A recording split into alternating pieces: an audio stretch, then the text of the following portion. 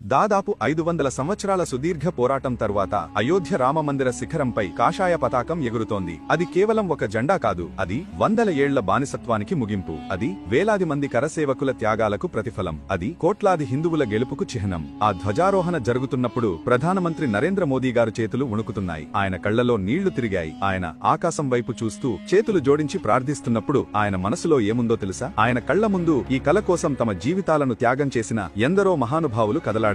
ఎన్నో ఏళ్లపాటు న్యాయం కోసం పోరాడిన నాయకులు, ప్రాణాలకు తెగించి అయోధ్యకు వచ్చిన కరసేవకులు, అవమానాలు భరించి దెబ్బలు తిని ప్రాణాలర్పించిన ప్రతి ఒక్కరి ముఖం ఆయనకు గుర్తుకొచ్చింది. ఆయన చూస్తున్నది కేవలం భవిష్యత్తును కాదు, 500 ఏళ్ల గతాన్ని కూడా. ఆ ఒక్క క్షణంలో ఆ పోరాటమంతా ఆయన కళ్ల ముందు ఒక సినిమా రీలులా తిరిగింది. అందుకే ఆయన కేవలం ఒక ప్రధానిలా అక్కడ లేరు. ఆ ఉద్యమంలో ఒక కార్యకర్తగా, ఆ కలను తన గుండెల్లో మోసిన ఒక భక్తుడిగా, ఆ త్యాగాలన్నింటికీ సాక్ష్యంగా ఆ చారిత్రాత్మక క్షణంలో ఆయన భావోద్వేగానికి లోనయ్యారు.